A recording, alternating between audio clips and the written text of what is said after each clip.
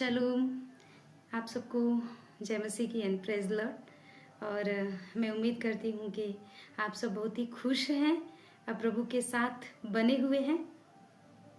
तो आज का वचन मैं कहना चाहती हूँ कि मेरी बहनें, अगर आपके पास बच्चे नहीं हैं, कई साल शादी के हो गए हैं और बच्चे नहीं हैं, इसको लेकर के आप भयभीत हैं, लोग आपको शर्मिंदगी कर रहे हैं, लोग आपको ताने दे रहे हैं, अलग अलग तरीके का बात कर रहे हैं, तो आप ना डरो ना भयभीत हो, क्योंकि परमेश्वर के वचन में लिखा भजन संहिता 128 के 3 में कि तेरे घर के भीतर तेरी स्त्री फलवंत दाखलता सी होगी, तेरी मेज के चारों ओर तेरे बालक जलपाई के पौधे से होंगे। स्त्री पत्नी एक फलवंत दाखलता है।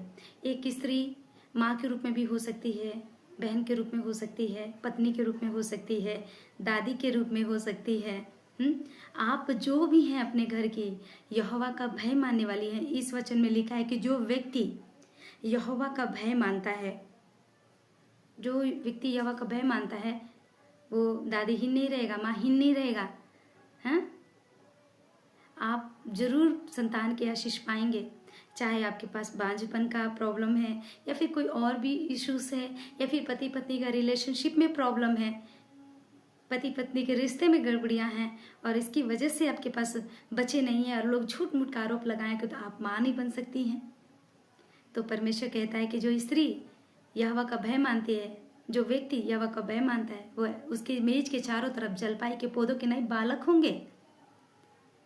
बच्चे, पता है, बच्चे जलपाई के पौधे के समान अपने माता पिता और अपने परिवार के बुढ़ापे का वो एक ताकत है। भविष्य की आशा का बच्चे निर्माण है और परमेश्वर का वायदा है।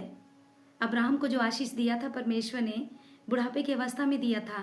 100 साल की उम्र में उसको संतान दिया परमेश्वर ने।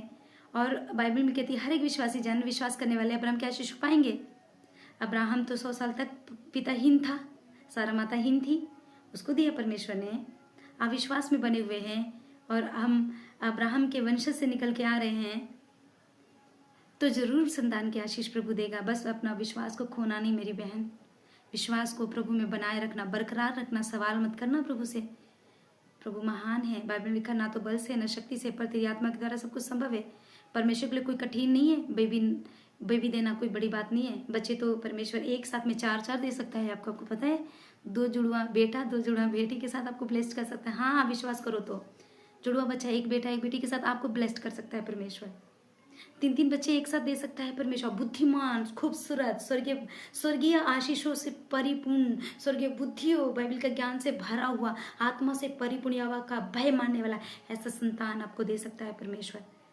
देने वाला ही है वो, वायदा देकर मुकरता नहीं है। उसका वचन कहता है कि जो स्त्री यहोवा का भय मानती है, जो पुरुष, जो व्यक्ति यहोवा का भय मानता है, वो आशीष पाएगा। बाइबल कह रही है, मैं थोड़ी बोल रही हूँ, परमेश्वर के वचन में लिखा है, परमेश्वर खुद कह रहा है। तो आपका विश्वास कमजोर नहीं होना चाहिए। अपने विश्वास को डगमगाने मत दो मेरी बहन, मेरे भाई। परमेश्वर के लोगों, विश्वास अपना कायम रखो, क्योंकि परमेश्वर के वचन मिलेगा। घर की मेज, जो इसमें लिखा हुआ है ना, घर की मेज परिवार की एकता को दर्शाता है, पता है आपको। और सुखी परिवार परमेश्वर का वरदान है। जो व्यक्ति परमेश्वर का भय मानता है, वह सुखी, फलवंत, आशीषों से भरे पारिवारिक जीवन का पुरस्कार को प्राप्त करता है परमेश्वर की तरफ से। एक पत्नी प्रेम, समर्पण और बच्चे समर्थन भविष्य की आशा का प्रतीक है, बाइबल कहती है। अगर आप यहोवा का भय मान रही हैं तो बांझ नहीं रहेंगे आप, बच्चाहीन नहीं रहेंगे आप, माँहीन नहीं रहेंगे आप, और लोग आपको तुच्छ नजर नहीं देखेंगे।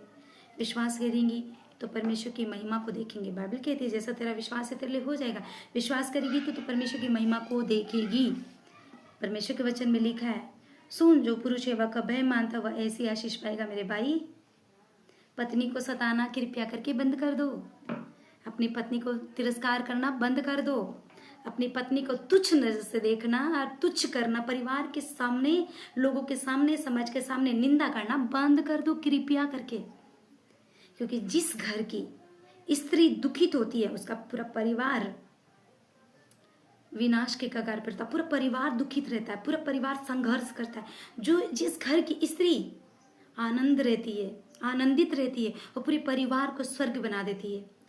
खाना बनाएगी तो आनंद उसके अंदर से रिलीज होगा, आपको खाना देगी, खिलाने के लिए परोसेगी आपके आगे तो आनंद होगा, आपके सारे काम करेगी तो आनंद होगा, घर के सारे माहौल अच्छा बना रहता है। अब थोड़ा पति कड़वापन, सास कड़वी हो, ससुर कड़वा हो, देवर जेठानी देवरानी या ननद कड़वी हो तो वो झेल लेती है। पत्नी से विवाद करना बंद कर दो। विवाद करोगे तो परमेश्वर तुमसे विवाद करेगा, ये बात सान लेना, कान खोल के ठीक से सुन लो। अगर आप अपनी पत्नी से, परिवार से विवाद करोगे, बाइबल कहती है तुम्हारी पत्नी तुम्हारी देह है। आप अपनी देह को तिरस्कार करते हैं? नहीं करते हैं, तो अपनी पत्नी को कैसे आप तिरस्कार कर सकते हैं? मत करो, उसे प्रेम करो। पत्नी प्रेम की प्रतीक है। परमेश्वर यदि जिस पत्नी को संपूर्ण घर में आदर मान और प्रेम मिला हो, अपने घर को पूरा प्रेम से भर देती है।